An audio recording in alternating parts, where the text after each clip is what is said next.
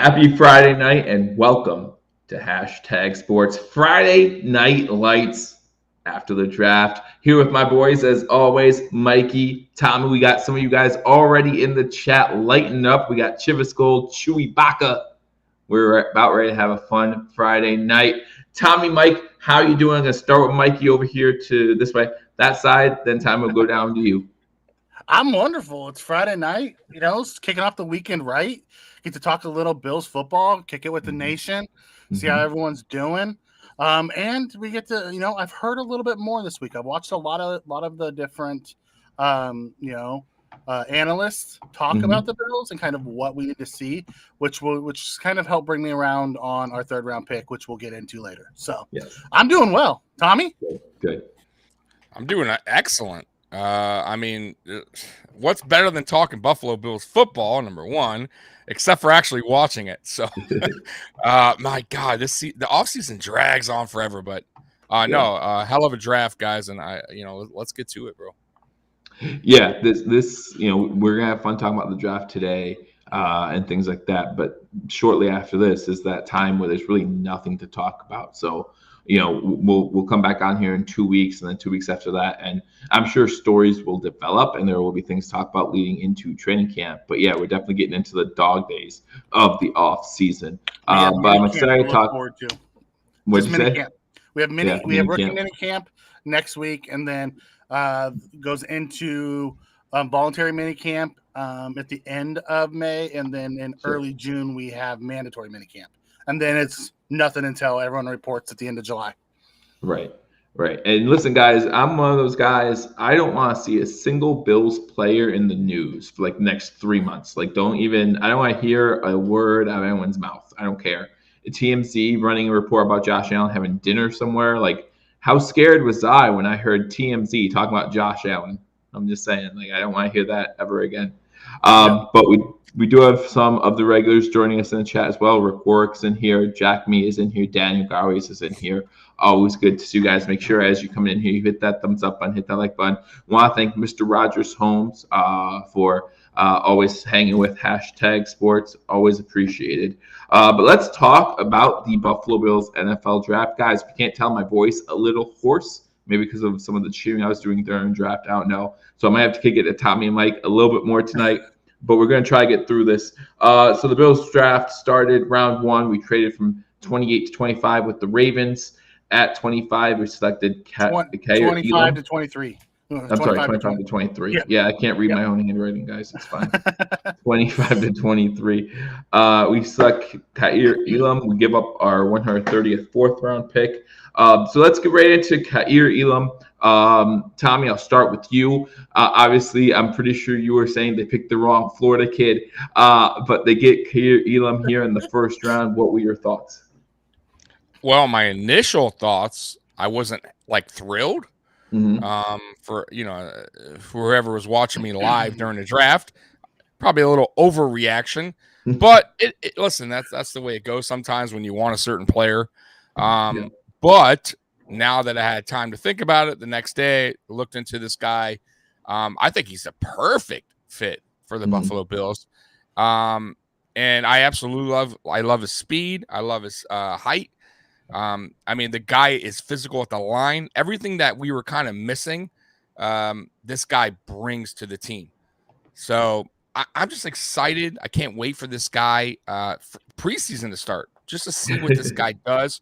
And this causes games like the Chiefs when we weren't being physical. This is a game changer. This is different. Now we can press the man more. I thought it was an excellent pick at 23. I understand why they traded up. Maybe they didn't need to, but I get it. You go get your guy. You got him locked in. And, I love the pick. Yeah, Brandon being at the end of day one did talk about, it wasn't the two teams ahead of them that they were worried about picking the cornerback. They were worried about someone trading up ahead of them to get a cornerback after Kansas City traded up with New England to get the cornerback that they wanted. Mikey, how did you feel about the pick and the trade? I was a little bit better than Tommy. Tommy's saying a slight overreaction is an understatement. Tommy's brain broke on Thursday night. We got thrown over to him, and he just was still in shock. Like they broke his brain. When we moved up, I'll be honest, I was a huge Andrew Booth Jr. guy. Mm-hmm. As you know, I put a lot of scouting in. I didn't scout that much of Kaiir Elam because, granted, it's my own fault. I took what I heard from a lot of different people, and they said the guy doesn't tackle. He's not a strong tackler. And I'm thinking, knowing, the way Brandon Bean and Sean McDermott go, I didn't think there was a chance this guy's going to be on our board. Mm-hmm. What I didn't know is his interview. At the combine that they showed us after the fact. If I would have known that up front, I probably would have done more work on the guy. Right. But I was really big, Andrew Booth Jr. kid. I thought when we were moving up, everyone was asked, I think, on the show, they're like, who do you think it's going to be? I think we all said Booth Jr. And they went Kaiir Elam. And my heart just sunk because I got tied to a player. I always wanted a corner. Sure. And, it probably took me about 15 minutes. And then I came around and said, listen, they took a corner. That's what I wanted them to take. At the end of the day, to get tied to a position, don't get tied to a player. You're just going to get your heart broken. Right. But, then the more I've found out about him, the more that the Bills have let go. What I didn't know, because I didn't have access to it, but his 2019 tape was just as good as Stingley Jr.'s 2019 tape, and they were talking about how Stingley Jr. had one of the best tapes ever. Mm-hmm. So, what I took away from that is I need to do a little bit more research on all. Don't just fall in love with one guy and do, or the top four guys. That's right. Lesson learned. Lesson learned. Do your homework on all of them, and then and then make your selection, because then you won't look like a fool on draft night, because we know the Buffalo Bills Mafia keeps receipts. So, yeah. And by the way, Justin coming in there with the interview, that's another thing that we don't get to see until after the draft, when they start showing you these things. He interviewed very well. Good character. He seems motivated, ready. Can't wait to get on the field. Got the playbook right away. Like, that's the kind of guy Brandon Bean, Sean McDermott love to have in that locker room. So. Yeah. Like I said, we don't get to see that. And that sometimes takes away from me evaluating or liking certain guys. And also there could be a guy maybe graded higher that interviewed terrible. They're not going to tell us, but that's another thing too we don't see. Right. At the end of the day, if we go back to 2021, I wanted a corner then. And if it wasn't a corner, I wanted a different D end. Like, Rousseau wasn't even on my board. So what I'm realizing is how I scout people and how they scout people. There's a reason why I'm sitting at home and doing this for fun, and they're paid to do it. So take my scouting 100%. With a grain of salt. Yeah, 100%. Well, and we even saw Booth drop, right? We saw him drop. I think he went into the second round, if I'm not mistaken. Yes, second round. Yeah, mid second round. Mid. It wasn't really mid. It was a little higher, but it wasn't early. Okay. It was is that middle tier of the early second round. Yep. Yeah. Yep. So obviously, Bean wasn't the only GM who saw something that they didn't really like, that didn't put him in the top 4, top 5 cornerbacks in the league, because other cornerbacks went after Elam, I believe, before Booth went off the board. So. Very interesting. By the way, that definitely was a need pick. Right. Throw that word around a lot, but I think even Bean came out kind of said that in a way, like everything else was just the gravy on top, but we needed. I went with what the fans were saying when everybody was saying get a corner, and I answered that, and I'm like, yes, you did. So yeah, and he answered one of the most athletic ones. So yeah, it'll be fun to watch. What's that? Yeah, now?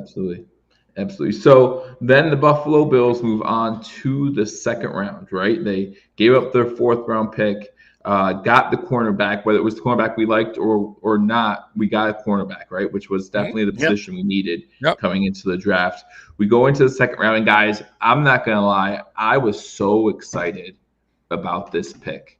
The way day 2 fell for the Buffalo Bills wasn't great, right? The way the draft board fell in the first half of day 2 wasn't great for the Buffalo Bills. they trade back, right? I mean, trades back not once but twice, going back from 57 to 60 and then 60 to 63, getting some 6th-round picks, which we'll talk about later, and picking up running back out of Georgia, James Cook. Guys, I think this guy fits the Buffalo Bills so well and what the Buffalo Bills needed. Tommy, I'll go to you first this time. Then Mike, I'll kick it to you after. Yeah, I mean, we did the live draft, and it took like 2.5 hours for our pick to come in. Like I was like exhausted by then, but no, I like the pick. And I was saying, listen, I wouldn't even have been mad, like, because the Breece Hall like thing was floating around there still, and he was still available. But no, man, I think this is a great pickup for the Buffalo Bills. He's probably the best pass catching back coming out of the draft, which is something that obviously we were looking to get when we were trying to get McKissick. So young, speed, rookie deal. The dude he's electrifying when he gets in the open field. So he brings a little bit different running style, obviously, than what we have already in there. Singletary and Moss and Duke. But listen, I think this first year he's going to be RB2, and I think you're going to see him a lot on the field. I just don't know if he'll get as many snaps as Singletary, but the following season, I believe he will be the RB1, and they'll probably draft a bigger back to complement him. But I love the pick. I absolutely love the pick. Mike, what do you think? Oh, I loved it. And what it told me was Bean went bloodline this year. First he goes Kaiir Elam, who had an uncle and a dad play in the NFL. Then he turns around and goes James Cook, who has a brother in the NFL.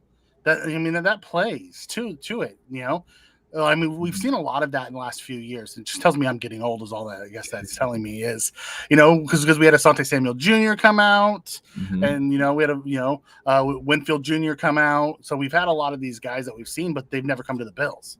Right. This year we did. We snagged 2 of them with Kaiir Elam and James Cook. 1-2 was our first 2 picks. Now Cook in general, people talk about his pass catching ability. I think they don't really – I think they're sleeping on his actual running back ability.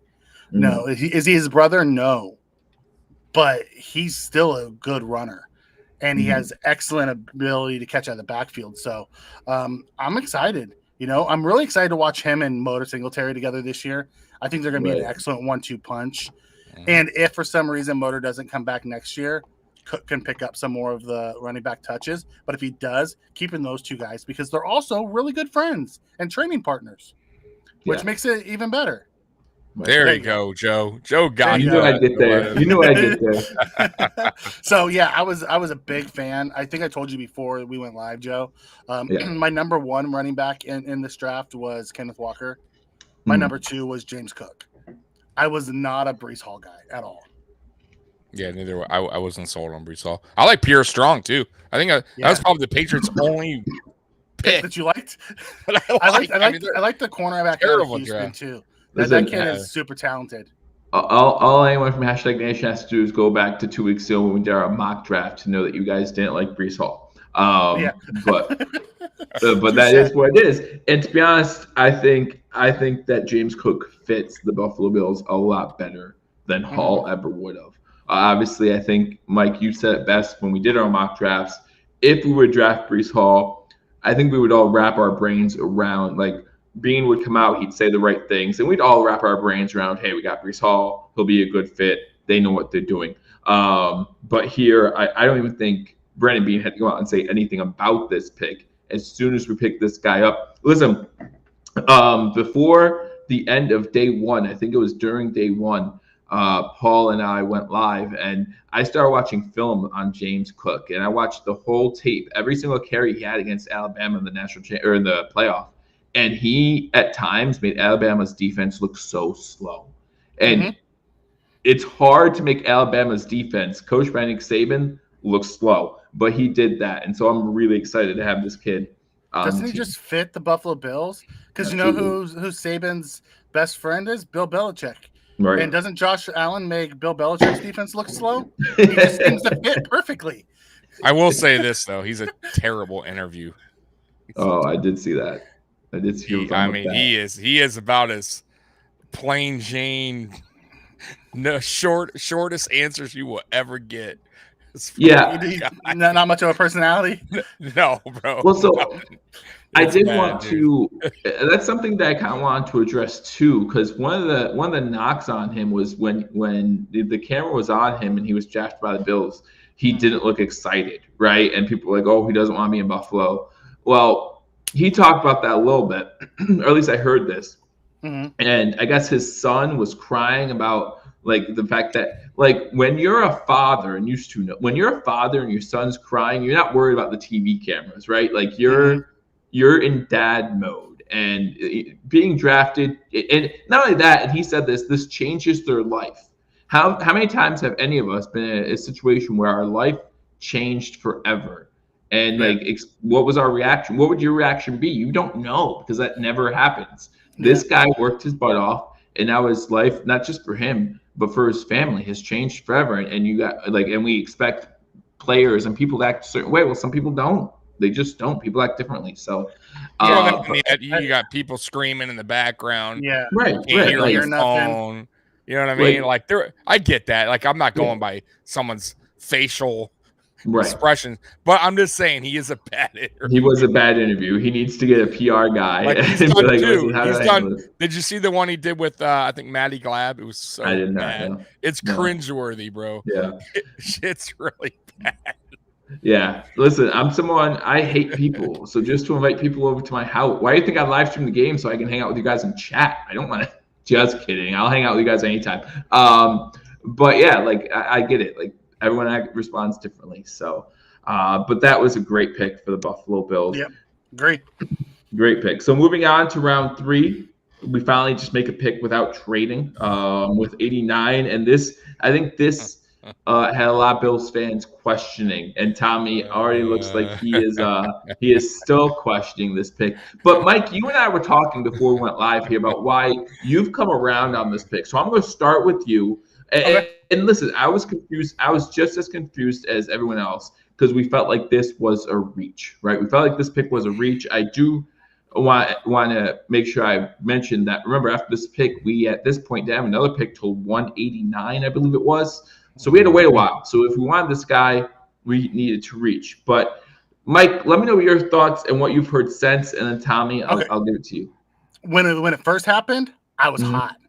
I was mad. Dylan Parham was still on the board, and he was just sticking out like a sore thumb. He went the very next pick. I was so mad. However, I have come around on this. And I don't know if a lot of you listened to Joe Marino's podcast, but he was just talking about, and I heard it, I think it was today, that I caught up on a couple days worth. And he talked about Bernard. And Greg Cosell had Bernard as one of his sleeper guys who he just loved. And Marino talked a lot about it. And he's like, don't forget when McDermott and Bean were in Carolina, they had 2 linebackers. They had Kuechly and the other guy, I can't remember his name. And then they drafted an undersized linebacker in Shaq Thompson. And so this and then Shaq Thompson. So when they ran that 3 linebacker set, Shaq Thompson was the cover guy. This could very much be the same type of thing where Terrel Bernard is that Shaq Thompson player. We've been asking for it, for years. And we thought it was going to be from a safety standpoint. We wanted Jeremy Chin, and then I wanted Hamza Nasirine. So like year after year, I've wanted to bring that big nickel in, and this could be Bernard. This could be his role, and I forgot about that. All right, I know. Tommy, before you go, I actually want Daniel. I have this comment for a reason. And Mike, you let me know if you agree because this is kind of calling you out. It's personal to us. It's business to Brandon Beane. It's business to players. Brandon Beane wasn't a fan of this team 20 years ago for the 18-year playoff drought.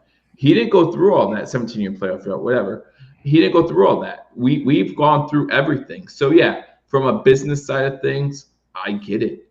But guess what? For me, every move this team makes is personal because this is my team. This isn't – listen, and some of you guys might completely throw me off a cliff here for this. I don't love Josh Allen. I love the fact that Josh Allen's the Buffalo Bills quarterback. But if Josh Allen were to leave tomorrow, I will love the next Buffalo Bills quarterback until he gives me reason to realize that he's the next EJ Manuel. But that's because it's personal for me. Mike, go ahead. Mm-hmm. Yeah, no, it goes back to what I said when we were talking about the Kaiir Elam pick. I need to stop falling in love with players.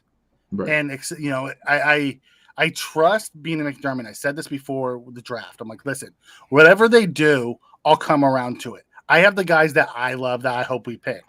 Right. This was one that just like hurt me inside because I never even heard of this guy when he was drafted. So that one cut me deep because the guy that I really wanted was on the board. But I've come around to it. It took me about a little bit less than a week. And I came around and listened to Joe, and I understand what they're doing. I still don't see his path to playing time, personally. Who are you going to take off the field to put him on? Right. You're going to take Johnson off the field to put Bernard on? That just doesn't make any sense. So, at the end of the day, we'll see how it plays out. But I've come around, and I trust McBean, and I trust the process. Tommy, your thoughts on the pick? You sound like you're happy. Someone asked if you're no, he's still not happy about it.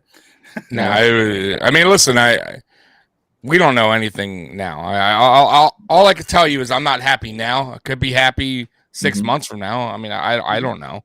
But as of now, today, as we speak, I thought it was a reach. I like Parham way better at that spot. Even Leo Chanel would have been a better option in my opinion. Channing Tindall. Yeah. So, I mean, there was better players graded higher. And I just felt like if you really wanted this guy, he probably would have slipped a little further. I mean, I don't understand why. And like to Mike's point, where is he going to get playing time at? I don't think he played much special teams in college that I'm aware of. So it's not like he's like the special teams, he was doing this in college. Not a lot. And you're going to take Taiwan Jones off the field where they just re-signed. He's one of our better special teams players.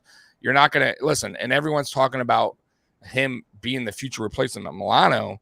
Milano is a freak. He's an. I get that we drafted him in the 5th round or something like that. Is that correct, guys? The 5th round on Milano. So I understand like it's a little different, but this guy's a 3rd round pick, man. I just felt like we could have addressed or gotten a better player at that spot. But it is what it is. And like to Mikey's point, listen, Brandon Beane, for the most part, hasn't letting us down. He's not going to get every pick right, guys. And this could be a player 3-4 years from now. He's out of the league. I don't know, and that's okay. I'm okay with that. If he hits 3 out of 6, 4 out of 7, I'm cool. So all good. So since you talk about that, Tommy, I actually did a rundown, and this was before the draft, of the average amount of picks a team makes to actually pan out in the NFL. By pan out, I defined pan out as having 16 career starts or more, right? To me, that's panning out. You were a starter for a year, what more could you ask for, really, right?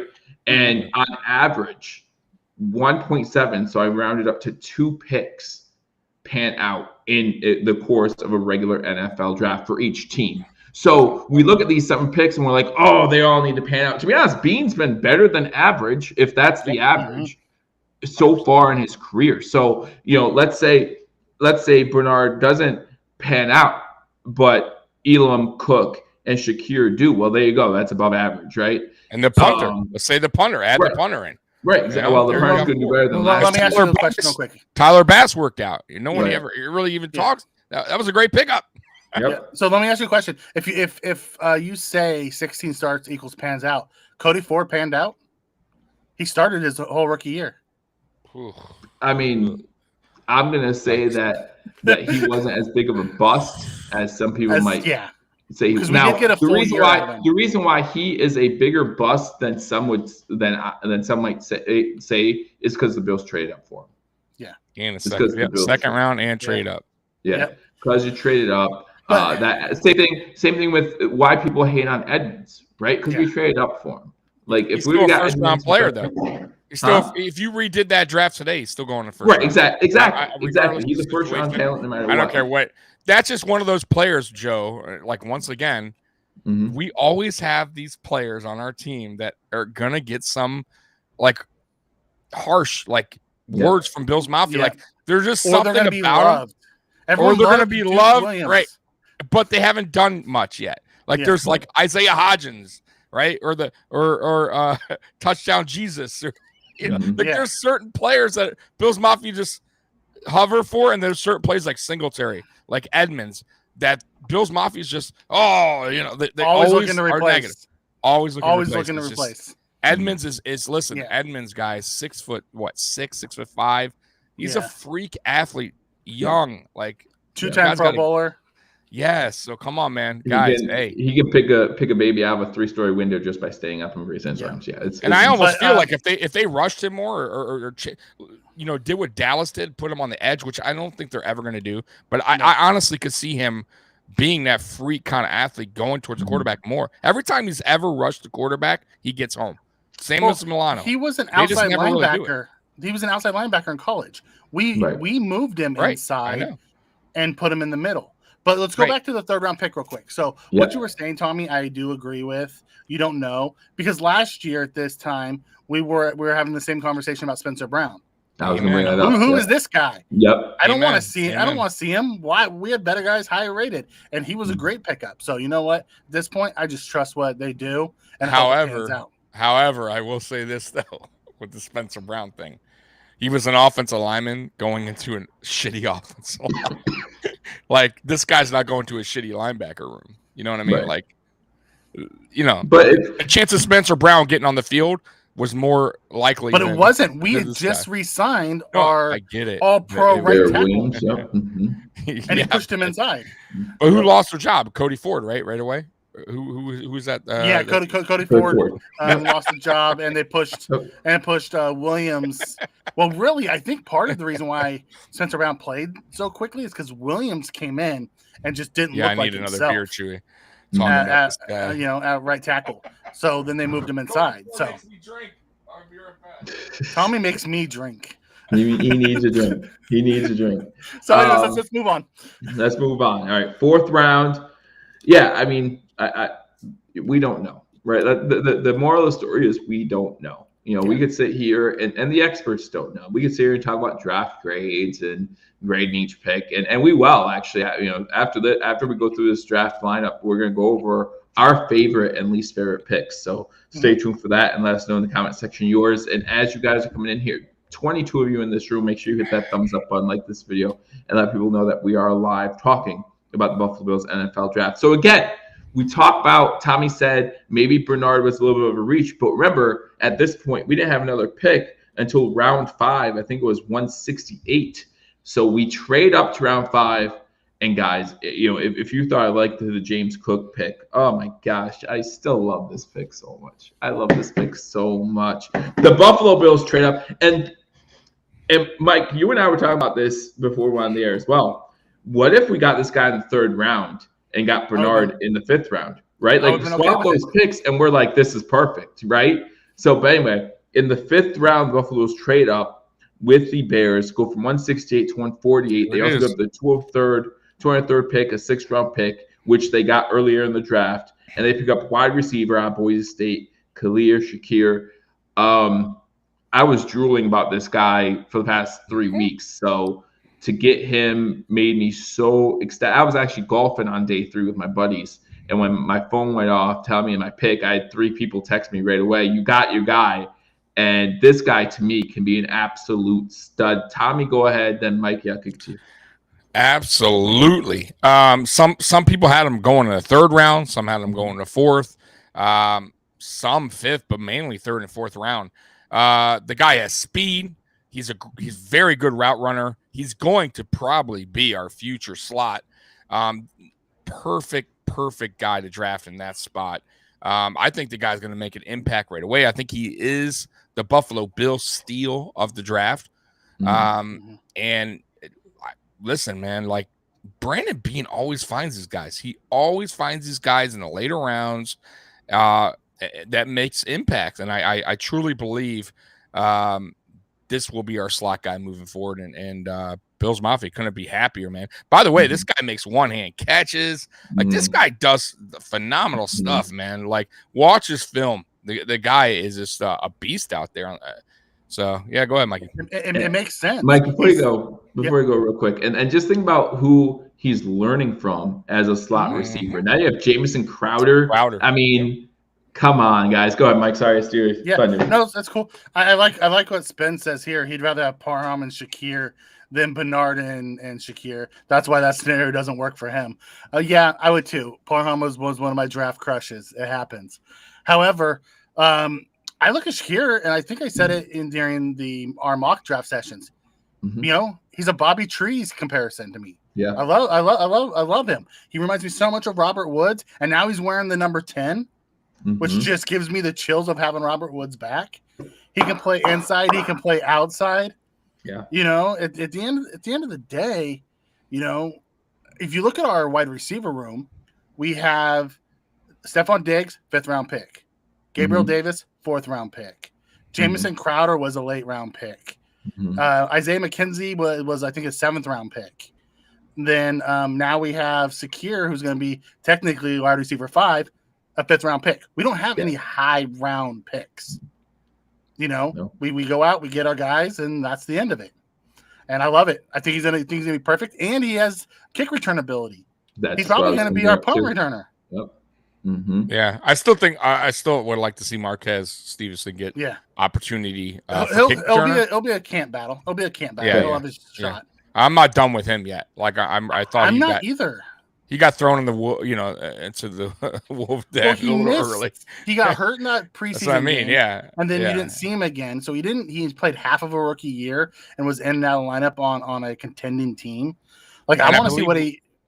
We have a new special teams coach as well, I believe. Correct. Well, he was the assistant special teams coach last year. Right. No, I know, but it's his philosophy. It's now him. Yeah. Correct. So. But you know, the thing that Stevenson brings that no other receiver brings is the take the top off the defense.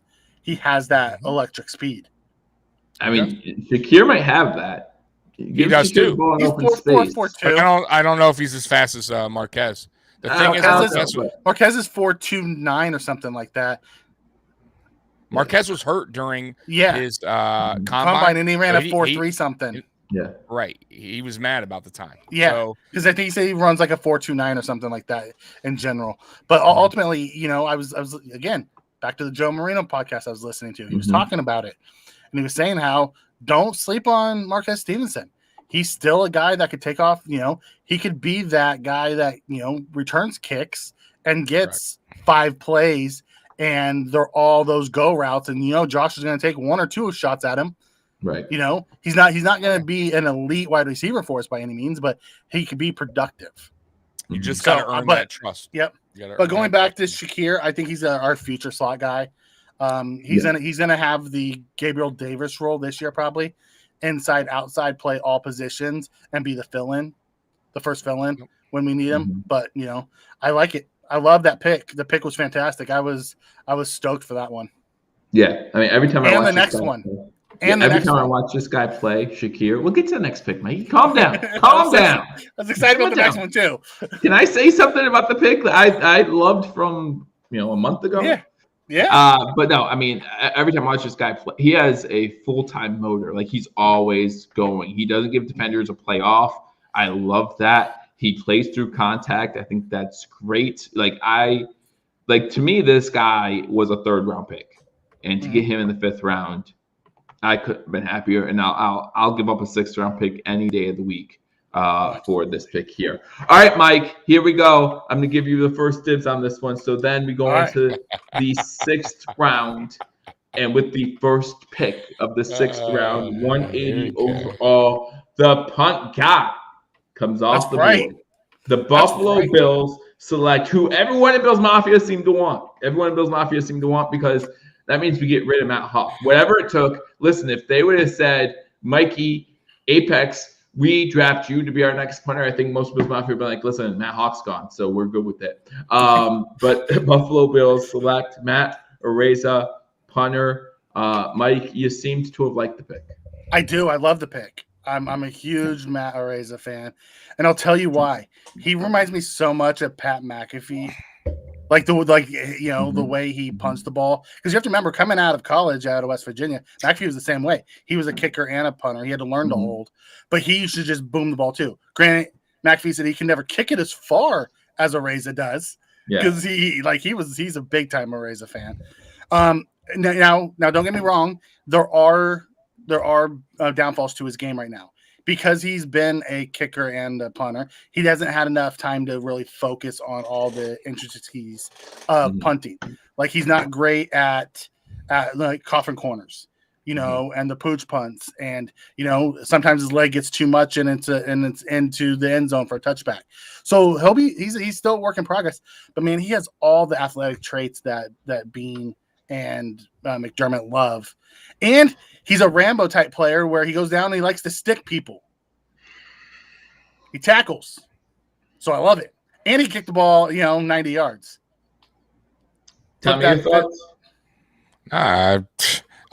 I think this is exactly what Mikey said. I think almost every Bills Mafia that did a mock draft that was able to draft a punter drafted Matt Araiza.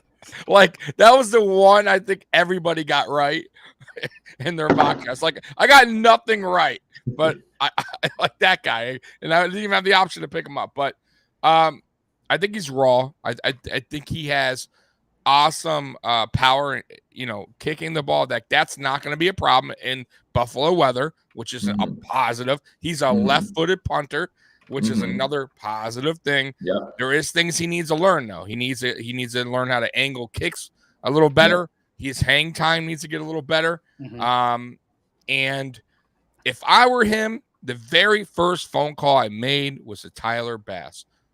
Yo, Tyler, let's get going. When you're free, let's do the kicks, because that's the main thing we need, right? If this guy comes in, doesn't hold the ball properly, we got a Bojo thing going all over again.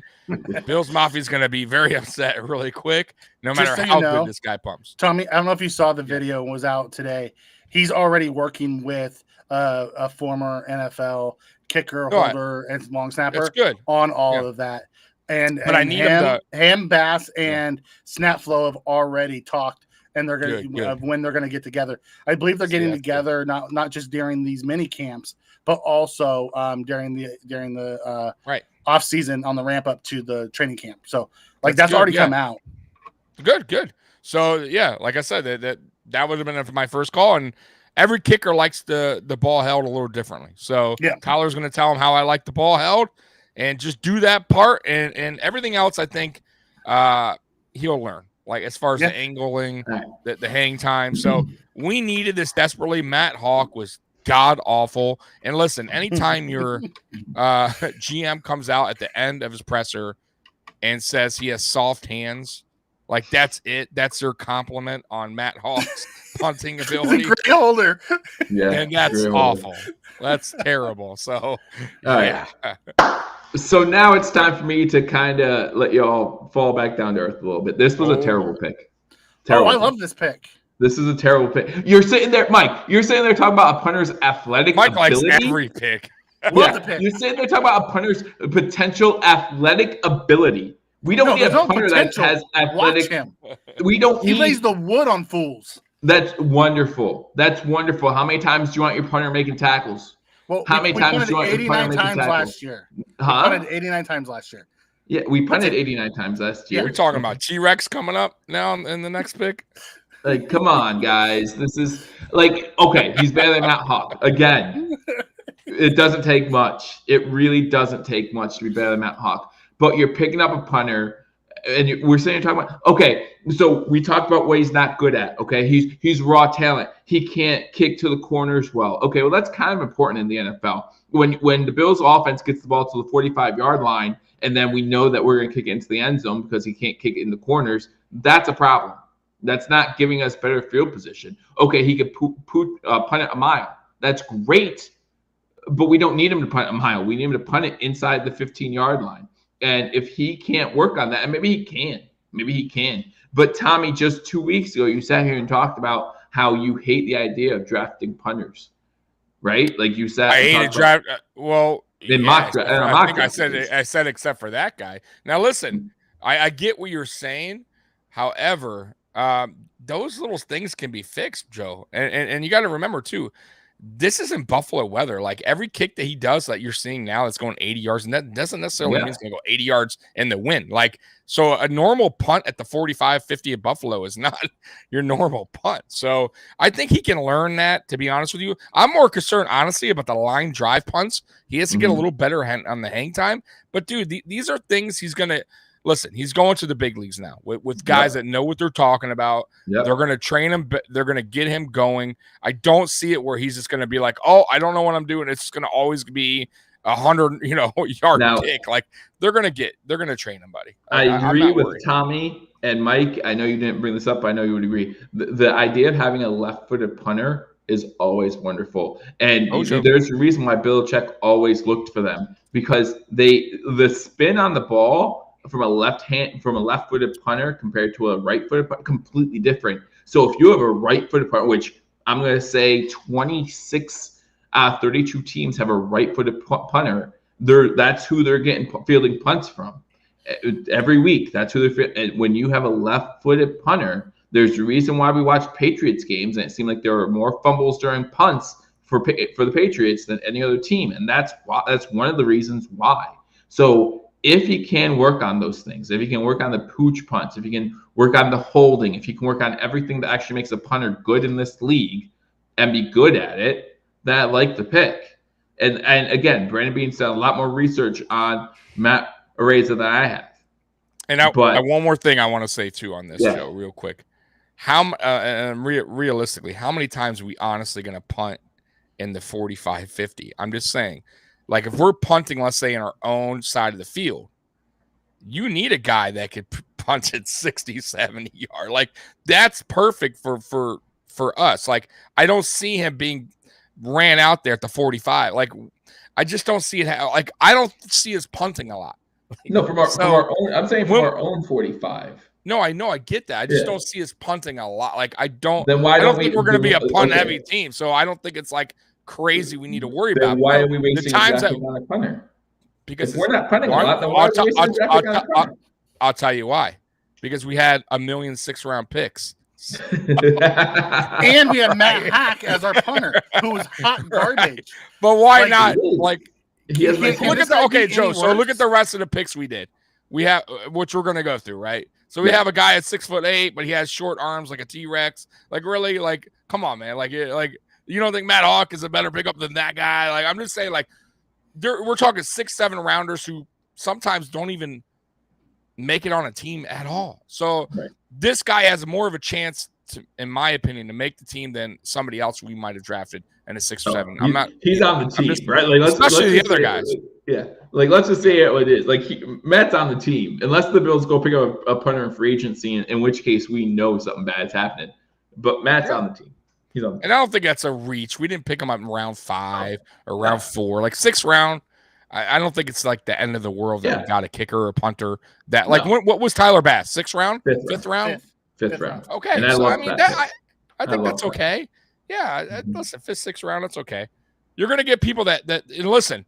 If he turns out to be good, right, Joe's gonna be like, there we go. Yeah, hey, listen. Love it. Like Mike said, YouTube keeps the seats, so I'll have to eat this one if it happens. But I'm okay. I've eaten crow many times. Yeah, sometimes that happens, and he's a Buffalo Bill now. So as we've been saying, like I will wrap my head around the fact that he's a Buffalo Bill. I'll get behind him. Daniel says he was a 6. Daniel says Bass was a 6. So maybe he was. I don't remember. That was a that, huh? We get kickers in the 6. Yeah. No, I thought. And I agree with you. He wasn't a reach. We got. I'm pretty sure he was a 5th because I believe. Get on it, Mikey. Get on it, Mikey. I think Davis went in the 4th. Bass went in the 5th. Hodgins went in the 6th. No, Fromm was our 5th. That's right. I forgot about Fromm. Yeah, how'd that work? He may have been a 6th because we had 2 6 that year. That's right. So right. We took Fromm in front of Bass. Good job, Daniel. Wow. That's why you should be the host. Wow. We took Fromm in front of Bass. I hated that pick. Me too. Wow. Wow. No, listen. I see this comment. I loved Tyler Bass. I still love Tyler Bass. I was always a huge Tyler Bass. This guy coming and saying he didn't like him. So you can find my receipts there.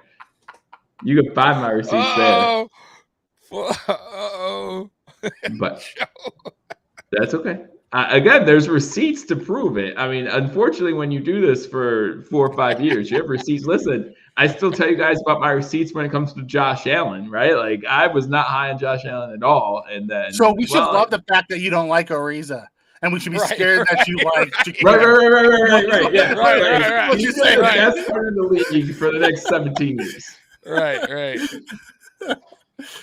So, okay, you want to move on to the next pick? Yeah, all right. So then 5 picks later, the Bills get their second 6th-round pick, and they get cornerback T-Rex Christian Benford.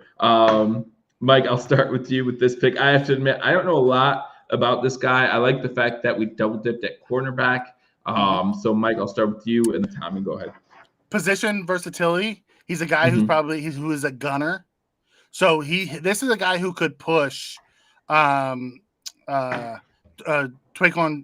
Jones on special teams. You know, we have Neal on one side. This guy is a specialty as a gunner. He played all special teams in college. He's also a really good cover corner. Bean came out and talked about it at his press conference and said they kind of see him following the Micah Hyde plan. Start at corner and move to safety. So I'm excited about him. You know, I don't know a ton about him. I know he dominated his level of college. He played at Villanova, so he didn't play a ton of great teams, but he was really good when he played, and he plays all the special teams and is an elite gunner. I like that. I love the idea behind him taking one of those veteran spots. Yeah. I'm going to be honest. I don't have much to comment because I really don't know the guy that well.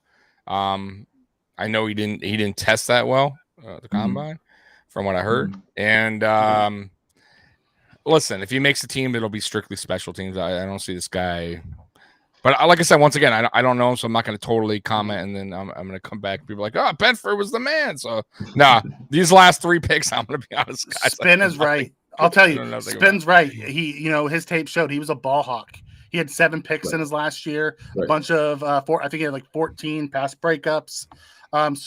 Super sound tackler. Just kind of fits the process of what the Bills love. Yeah, I want to smoke Monday. Do you remember when Teron Johnson got selected? We're like, who? Yeah. Oh yeah, and he turned out to be great. Plenty of guys like that. Dane Jack, who was talking about, even though many people hate Levi Wallace, but he was at UDFA. Yeah. And who the hell we're talking about? I'm just saying. I know we don't. I know Joe don't. But either way, I'm shaking my head. I'm shaking my head at people that don't like Levi Wallace. Levi Wallace. But. Yeah, Mike. I do not like Levi Wallace. Listen. I can understand why Mikey doesn't like him, but you got to respect what he did. I absolutely respect him. Because the UDFA, walk on a college. Walk on a college. He walks on to Alabama and becomes a starter.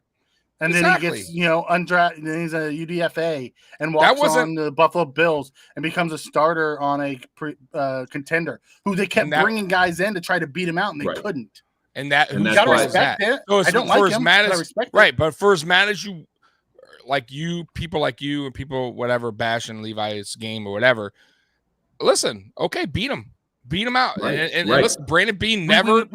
I'm just saying. Assets in that position. Well, that was my problem. Is that Levi's fault? Levi did his job. He won the starting. But he didn't do his job, and that's why we went home with 13 seconds. Listen, but Levi is always going to get, when you have Trey White across from you, you're always going to get the target. So but he didn't.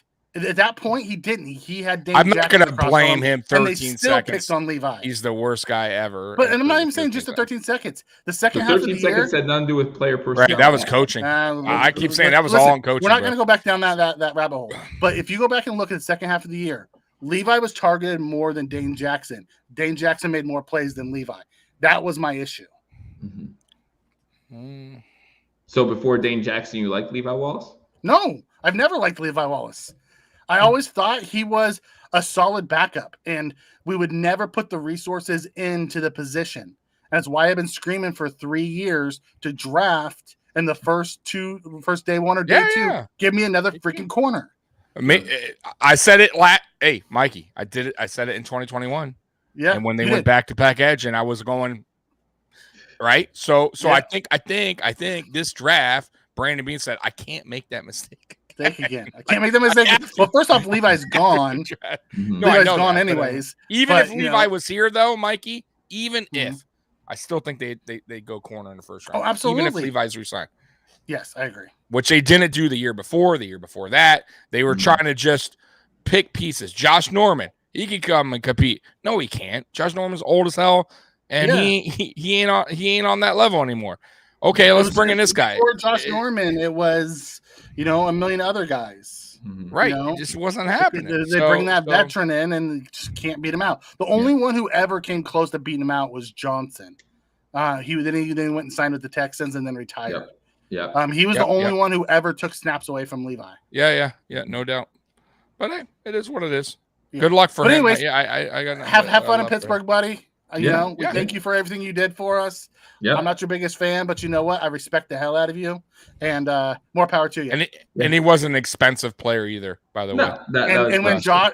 When we played them, we know who we're picking on. Thank you very much. The whole team. We played them this year. I don't think we played them this year. We did. We did. We played the North this year. No, we played them this year. Yep. And we better not be game 1. Speaking of, NFL schedule comes out May 13th, next Thursday, right? Next week Thursday. So the 12th. Yep. So be on the lookout for that. I'm sure that Tommy, I think you have some plans when it comes to that, or Green Bay going to the Green Bay game. All right, sounds good.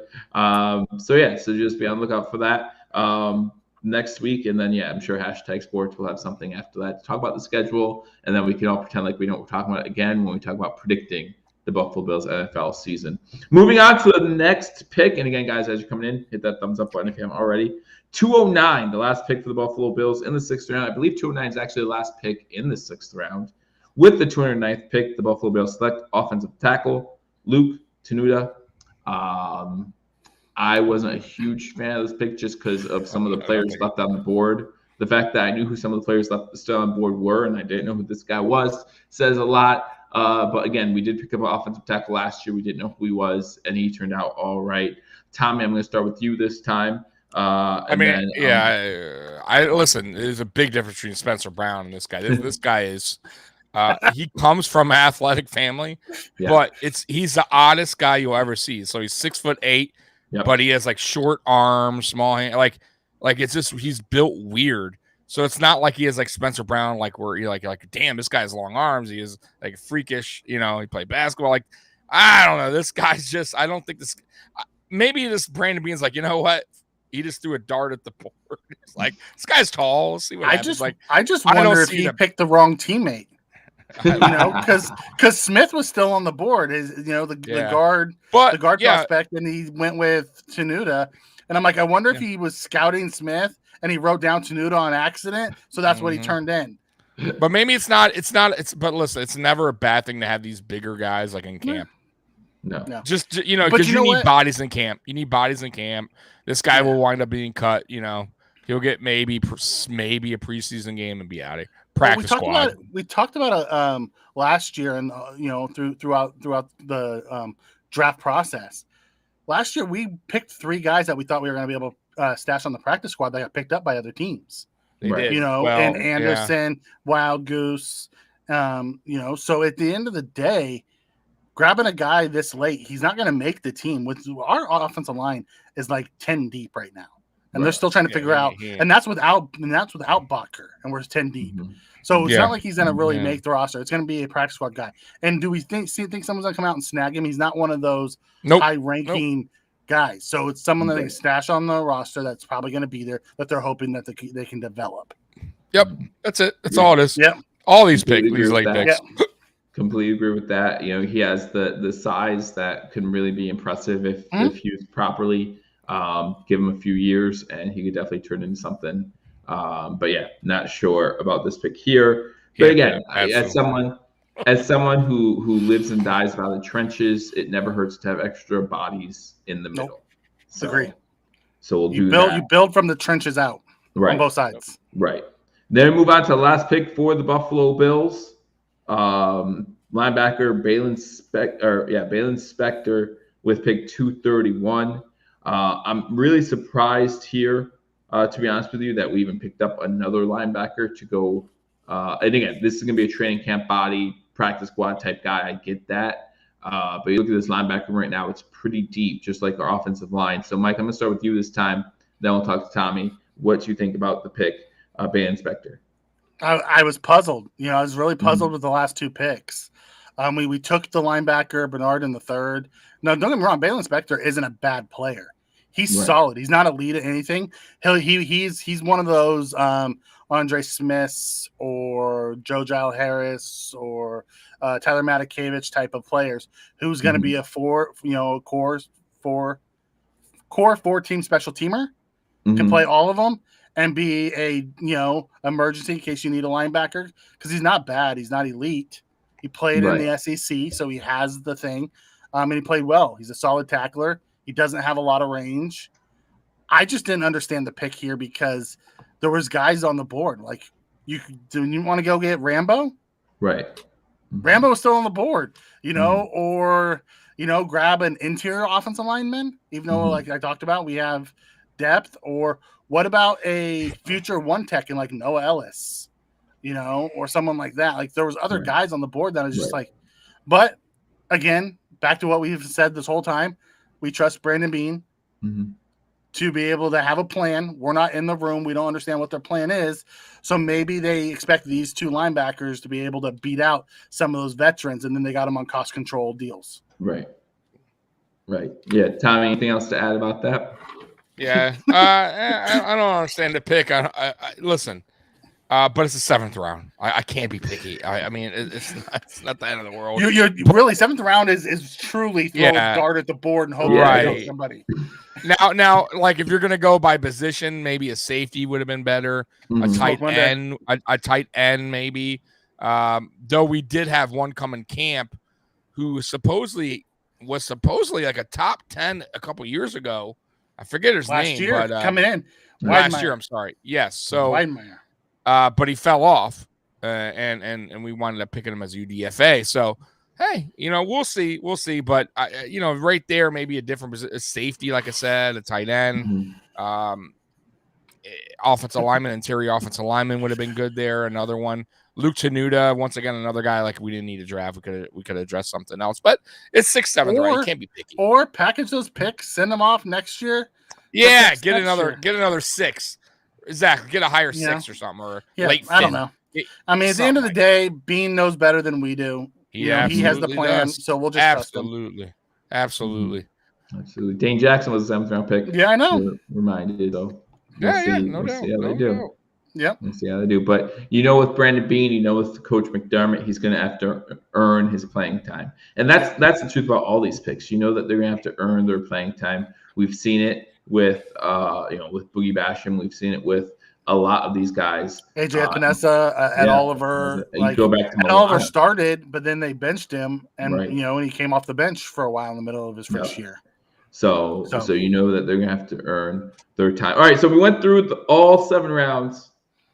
Tommy, I'm going to start with you. What was your favorite pick from the Buffalo Bills in the 2022 NFL draft? That's tough because me and Mikey talked about it. Somebody asked us that as well this week. I'm torn. I really am. I'm going to have to say it's a tie. It's like a 4-way tie because I love them all. Guys he loves. I really do. I just absolutely. I love Elam. And it's funny because I hated the pick initially. Not hated it, but I was disappointed. But then I grew to like love him, and then I see what James Cook can provide for this offense, which makes me love him. And then Shakir is like, I just felt like the steal of the draft for us. And I like Matt Araiza, so it's like I can't pinpoint one, man. Like they're all. I think they're all going to be contributors to this offense or to this team this year. And that's why I just love. So all of them for me, all four of those guys. Okay. I can pick. Go ahead. I can make a decision. And I think on the last show, I went with James Cook. Yeah. On this show, I'm going to go with Matt or with Kaiir Elam. And I'll tell you why. We needed a corner. We needed an elite trait corner on the opposite of Trey. 100%. Trey has 2 years left on his deal, right? And he's coming off of injury. We now have the guy in the pipeline for the next 5 years who can ultimately replace Trey as that elite number one. And I'm not saying Trey's going to leave us, but maybe Trey resigns and he doesn't get that high top dollar deal next time, and he just gets, and Trey stays with Buffalo forever. But then you have Elam as the high top dollar guy. So, I mean, I love that we finally invested that first round pick. He brings what we have been missing on defense. Yeah. Don't get me wrong. I love the other guys. I think James Cook's going to be fantastic. I think me and Tommy talked about it. I really honestly think Cook's going to have 1,000 yards from scrimmage this year. Wow. I do. Between running and receiving, I think he's going to have 1,000 yards from scrimmage. And I think Shakir is going to be, one of those guys who you see on special teams and is one of those sneaky clutch players for us throughout the year, kind of like Davis was his first year. And then Araiza, I think I've gushed over him enough on this show. So I'm with Tommy on that. I understand why he doesn't want to pick, but I'll say Elam on this show with the reason why is we now finally put that elite talent in that pipeline moving forward. Because all of our secondary is getting old, guys. I mean, they're all getting older. Right. We had no elite. We have a bunch of late round guys, no early round guys in that secondary until Elam. Well, and Trey White, right? Like Trey White. Well, I mean, but Trey White was 5 years ago. Teron Johnson's still kind of young. Yeah, but they were both like 5 years ago. No, I'm just saying they're not old though, Mikey. And Teron just got his deal done, so he's not going anywhere. I mean, I think for me, I think I talked about it a little bit earlier on, but when you have a guy who in a lot of mock drafts is a third round guy, and in some he's a fourth round guy, and you pull off of it's not the Bills aren't the reason why he dropped. They didn't post a Twitter video of him smoking a doobie or something like that the minute before the draft or something. You don't know, right? It's not anything like Dean may have been calling around to all the GMs, right? Bad mouthing him, and then when he took him, all the GMs sent Bean nasty grams. But when you get a guy who some consider the steal of the draft, I mean, that has to be one of your favorite picks. I mean, getting Khalil Shakir in the 5th round. Trading up 20 spots. I love this altogether because let's remember the 203rd pick wasn't our pick to start off this draft. We didn't trade them anything that was ours. We traded them to the Bengals pick or whoever we traded with to get that pick. Like the things that Shakir can add to this offense, learning behind Jamison Crowder for a year, what he can do on special teams, the upside for this guy is just there. And again, someone talked about, saw it in the chat earlier, how we got Dane Jackson in the 7th round. Imagine what we could do with Kaiir Elam in a 1st round guy, right? Well, you can say the same about wide receiver room, right? As Mikey brought up earlier, you talk about Gabe Davis. Look what we do with Gabe Davis. Look what we do with some of these late round guys. Here's another late round guy who probably shouldn't have waited this long to get picked, and we get him. And this adds another weapon for Josh Allen, and I'm nothing but excited about this pick. So we go to the good. So what's your least favorite pick this time, Mikey? I'm going to start with you. What was your least favorite pick? Tenuta was my least favorite. Tenuta was my least favorite pick. I didn't understand. We went back-to-back tackles, 6-8 tackles last year. We signed Quisenberry in the offseason. We brought back Bobby Hart, and then we went and took another offensive tackle when we probably should have been looking interior offensive line.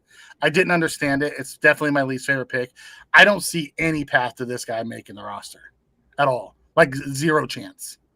Sure. Tommy? Least favorite pick? On, Bernard. Come on, man. Right now it's Bernard. Could change, but right now as we speak, because listen, I'm not going to hate 6th and 7th round picks. I mean, they're there for a reason. Yeah. So, I don't think they're. I mean, there could be a guy that like I said, a Dane Jackson maybe, but I don't see any of these guys as Dane Jackson. But we'll see. Maybe I'm wrong, and that's cool. And I hope I'm wrong. I hope I'm wrong on every single pick here that I was bashing on or not liking. And I'm not bashing. I just don't like it. So right now it is the Bernard because I just felt like it was such a reach for a guy that many had going in like in the fourth. Some had him in the fifth. So it's like, I just felt like there was other things we could have got there. And a third round pick is a third round pick. Like there's supposed to be a starter. Right. There's guys there. Right. Exactly. 100%. And like, I don't know what it is with the third round picks, man, but that one wasn't good for Bean, in my opinion. Not right now. Maybe he'll work out a couple years from now, right? Maybe gets in that weight room. You don't know. Last year's third round pick that you were maybe special team season worked out fantastic for us. Yeah, but he's not taking either one of those jobs. I don't see him getting playing time. But to your point, maybe he does wind up being a very good special teams player and earns his spot as a linebacker in the future. So maybe not even as a future. He could fall into that AJ Klein role this year. Yeah, he could. 100%, but I just don't see it right now. I gotta see preseason. I don't know. Well, we don't know if any of these guys are going to be good. We like the idea of them, but and even with Tenuta, I don't dislike the guy, the person, and I don't dislike the player because he was a left tackle in a major D1 conference. Right. So the guy has some kind of ability. I just didn't understand the fit. Was my biggest issue with him is knowing that we've taken 2 young tackles plus signed 2 veteran tackles. Where exactly does this guy fit in? He had bad film too, Mikey, though. He had terrible film. Like everything I saw. It wasn't as bad as a lot of people. It was pretty bad. Like, there was more bad than good that I saw. Well, he couldn't have been too bad. He started on Virginia Tech. Oh, God. I'm just telling you, man.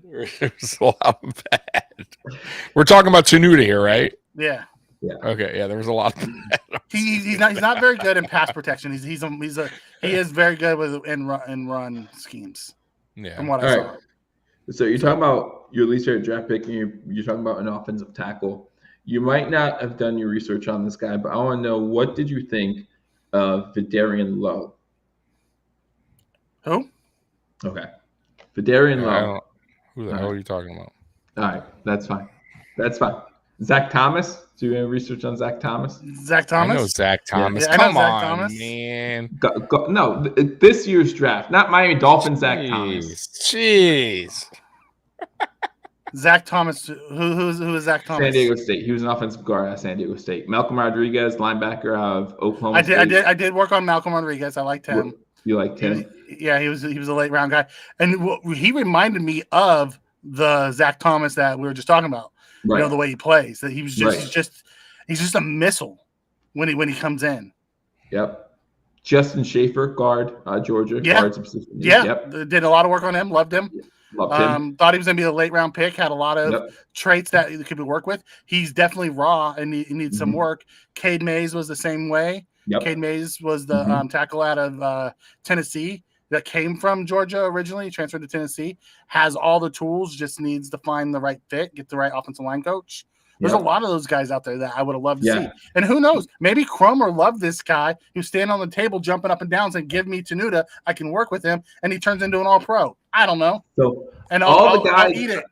All the guys that I just mentioned were were within 10 picks of the punt god. Within 10 picks, we could have one of those guys who you did research on. I would have rather had the punt god. Really? Oh, yeah. 100%. Okay, 100%. Because we need a punter. Linebacker. You don't have to worry about Baylon Spector. You pick up an offensive tackle. You don't have to worry about Luke Tenuta. Like, these are all guys that could become NFL players. But I just watched how Brandon Beane drafted the end of that round. Mm-hmm. And if we don't take Araiza there, who knows who he takes there? And I might not like that pick either. We needed a punter, and we got the best punter in the draft. You need a punter. Right. Go back to some of these games that Matt Hawk punted like a 10-yard punt. 7 yard punt. And you're screaming, going, all right. So this is what we brought. Come on now. I give you guys your time, right? Like I say, Tommy, who was your least favorite pick? You had your time. Mike, who was your least favorite pick? You had your time. I said my least favorite pick. You guys are on me. Really? Like, what is going on? Ariza's hey, really Chad, this is the Josh Allen hater right here. So of course he's gonna hate on the guy. So I honestly, I want to get your honest opinion on this. You would rather have a Luke Tenuta than a Matt Araiza? I would rather have picked up an offensive tackle in the beginning of the 6th round that had more physical traits than Luke Tenuta does, and then skip on a punter and pick up one in free agency like we did. But there is the year before, like with Bojorquez, 2 years before. Bojorquez was horrible. Huh? Bojorquez was horrible. There's no telling. Okay, so are we was guaranteeing that Matt Araiza is going to be a good punter in the league? No, but he has better traits than Bojorquez or Hack. And Joe and he did win, I think, like the player of he was the punter of the year. Yeah, so like it's not like we're getting like this garbagey guy that just how many okay, that's great. How many punters that have won that award in college have made it in the NFL and done the Ray Guy Award? Yeah. There's been a lot of them. Okay.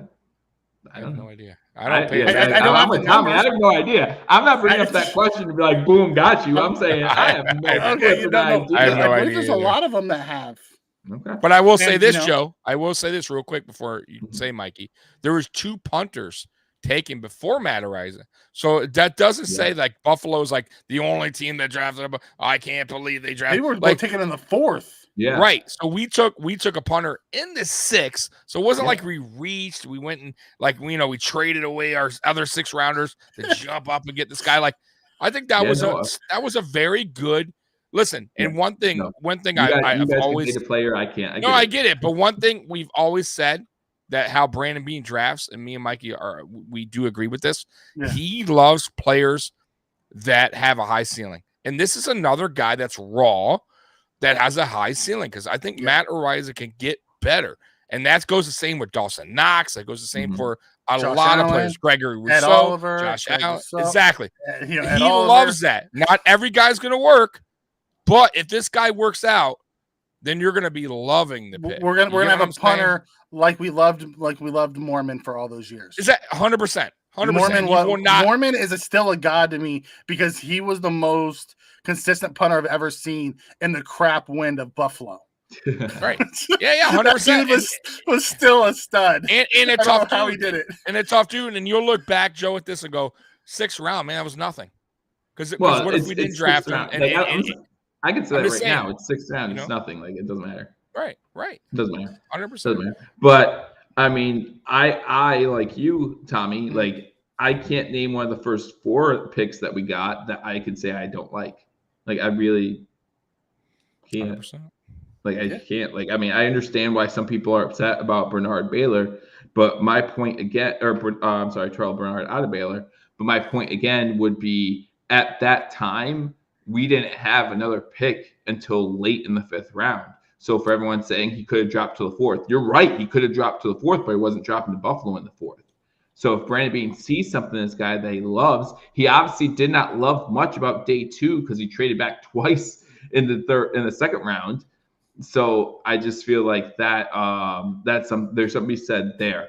So before we go any further, I do want to shout out. I always say his name wrong, guys. Someone else can say his name.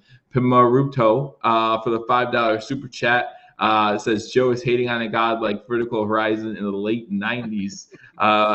Don't give away your age. All right, that's all I'm saying. Don't give away your age. Good movie I'll tell reference. You, Joe. You've been getting smashed in the comments all night with your hate on the punt god. Hey. You are turning on Bill's Mafia, man. Hey, listen. They're gonna. I can't wait until week 1 when Araiza puts like a punt at like the 3-yard line, and the chat just lights me up and says, "Oh, you don't like this guy?" And you know what? You're gonna love every second of it, because as a Bills fan, we're gonna do nothing but pray to God we're wrong on all these guys if we don't like them. Yep. You know. And we're actually open for relish when people get to tell us how wrong we were, because that means we have a fantastic player. Yeah. Oh yeah, 100%. Baylon Spector is gonna be the next Luke Kuechly. Like, it's gonna be amazing. It's gonna be amazing. So I'm waiting for Bernard to just light somebody up, and I can just send Tommy a text. Sucker.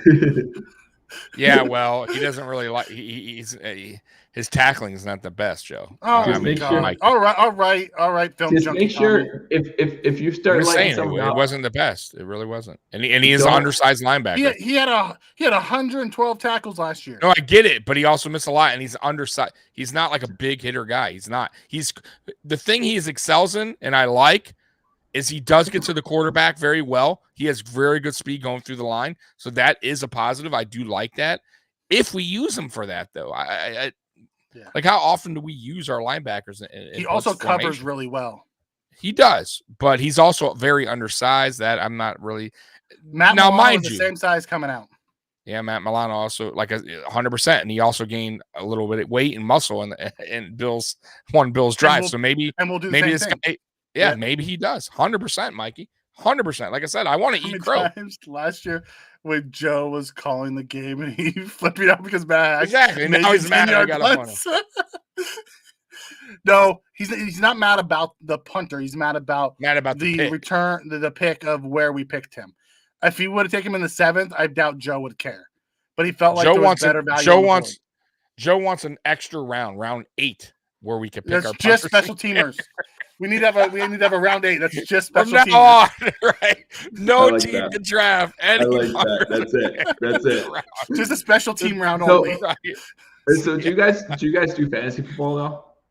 Oh yes, of course. Huge. Okay. Advance. I won. So 2 years in a row, baby. When do you get your kicker? Last. Always get Tyler Basso. Always. Matter of fact, Joe, I have it multiple times running. Wow. See, I won 2 in a row. I don't have a belt, but I'm even cool like that. Jeez. Show off. So we talked about our drafts. Again, I said this a little earlier. I'm not one for giving out grades because, as Rick said earlier, it's hard to give out grades to a draft when you haven't seen a single player play in the NFL, right? Like, I don't do that. If you guys want to do it at your own time, I don't care. Yeah, no, I'm not a big grades guy until at least 3 years in, because then you'll understand. Like, if we tried to give a grade, we could give a grade based off of value. Yeah. You know, you can still, but as of now, kind of like overall, if I had to give the draft a grade based off of the value, like pre-draft valuations, I would say it's probably a B+. That's I loved about four of our picks. I thought were A's, and then the rest of them were probably low B's, high C's, because I don't see the fit for some of them. Yes, B+ sounds about right to me too. Yeah, I'm good with that. Yeah, I'm good with that just because I don't want to take any more. I mean, I know you're not a big grade guy, but I mean, if you're just doing off evaluations, you don't know what these guys are going to be until they get into the league. Right. We thought Zach Moss was going to be great. Mm-hmm. We thought he was going to fit us perfect, and he hasn't done anything yet.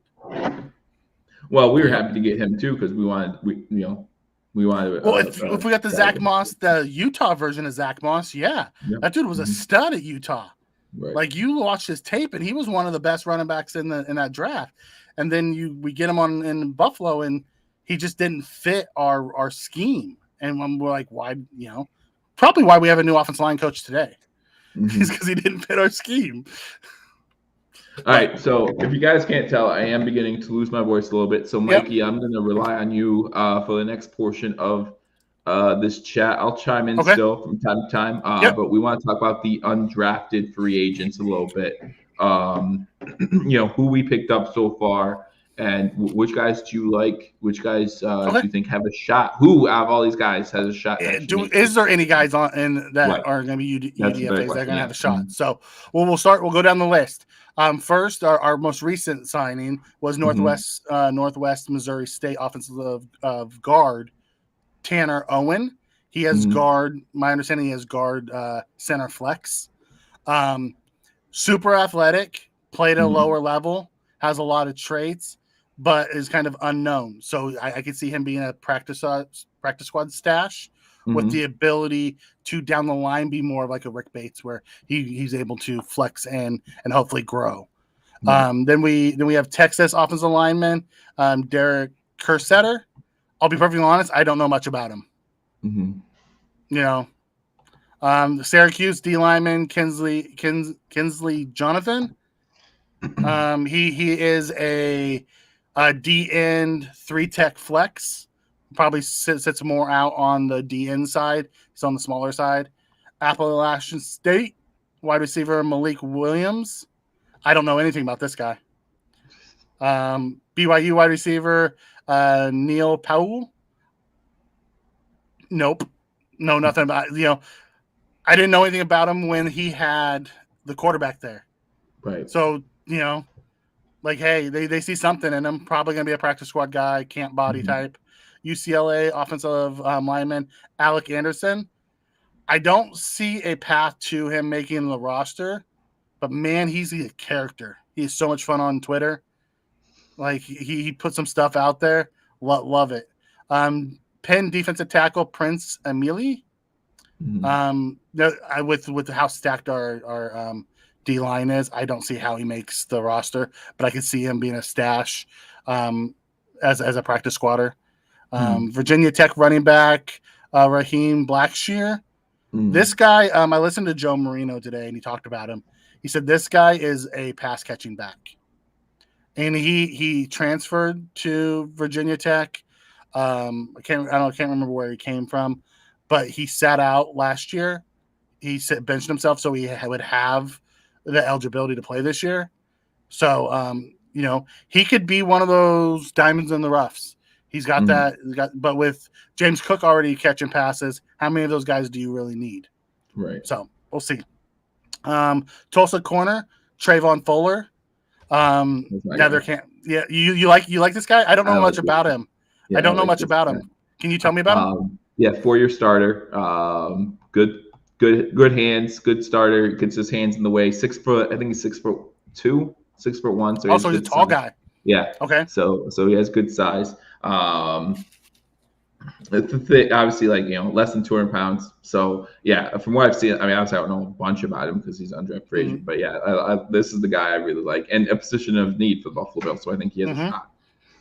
Well, you have to remember Cam Lewis, who's one of the guys that was fighting for a roster spot this year, was also UDFA out of Buffalo. Right. So then we have those guys. We picked up 3 UDFAs last year. And then lastly we have Texas A&M tight end Jalen Weidemeyer, who preseason was was the top tight end going in. And then just completely fell on his face this season. I know, Chewy. It's nobody from the U. It's ridiculous.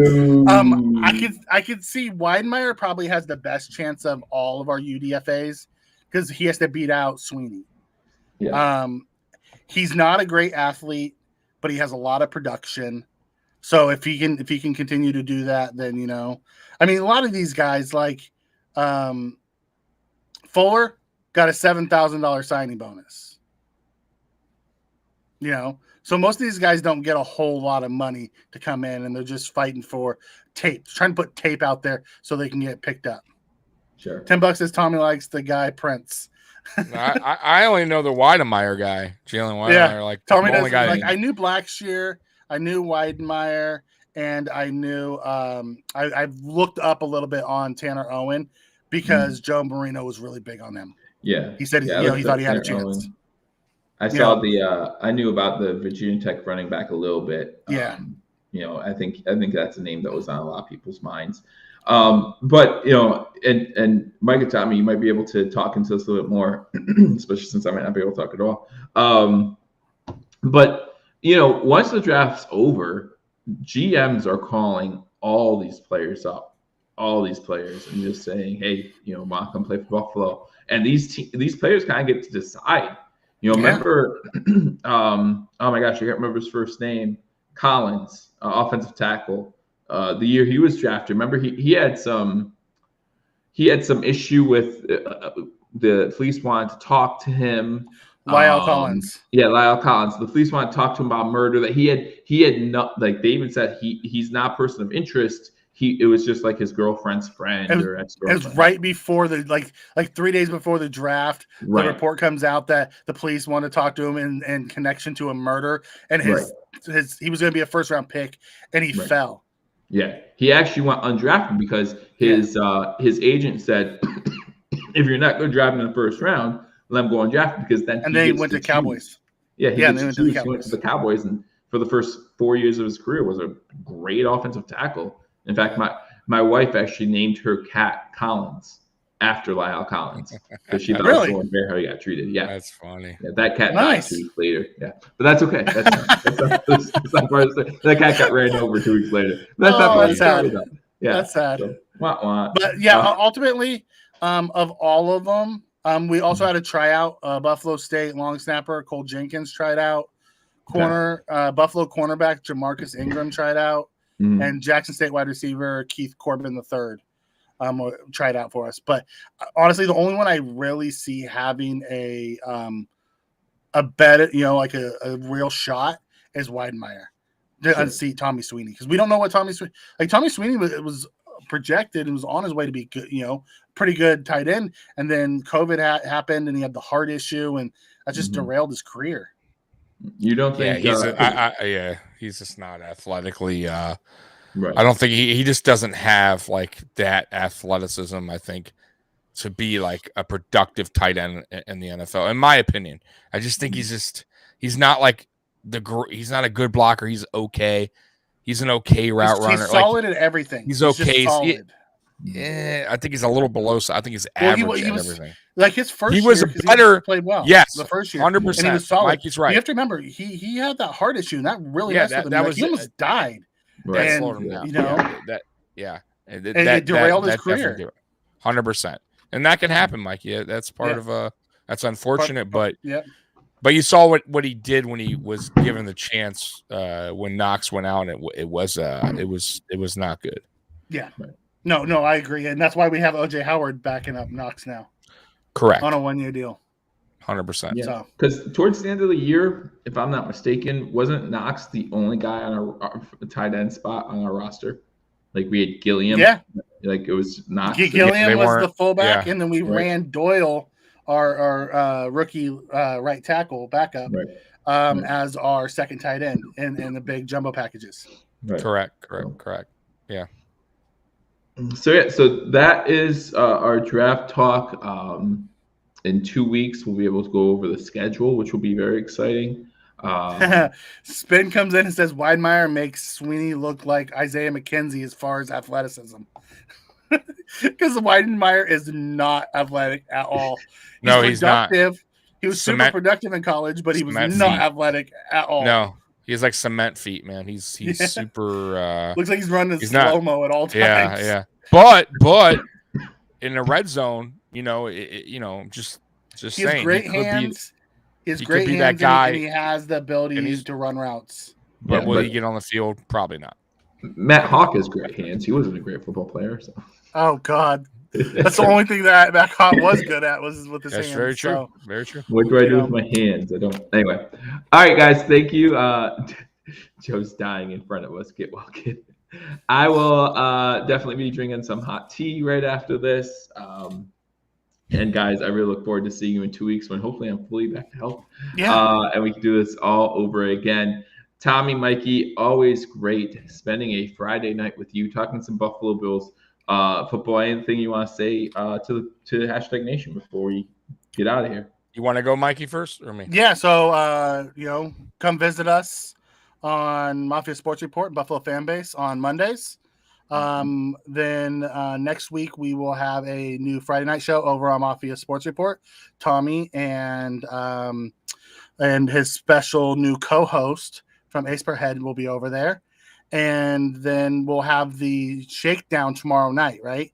We're having the AFC East shakedown draft results over on Mafia Sports Report. So come visit us. Let's have some fun. Yeah. I mean, Mikey pretty much covered everything there. Tomorrow, guys, very very important. Come to at 8 o'clock Eastern time. We're going to have that Trevor and Juan from Sports Dynasty. They cover the Patriots. We're going to have Curtis from Ace Per Head. He covers the Dolphins.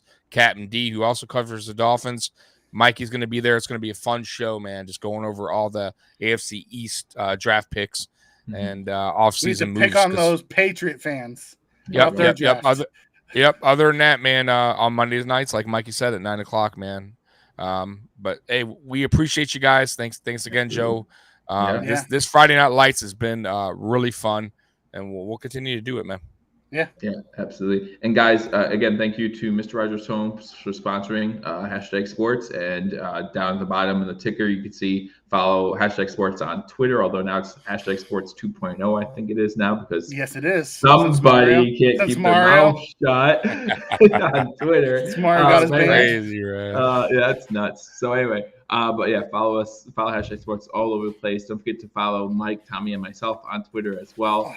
And next time remind people, get the belt. Nice. The champ is here. I should join your league. Because I'm a back-to-back winner. Buddy. Yeah, the Buffalo Bills will be carrying all these this year. Just listen to me. I hope so. And we hope that you're with us, guys. Again, thank you for joining us on Friday Night Lights. We look forward to talking to you all soon. Until we do, go Bills. Go Bills.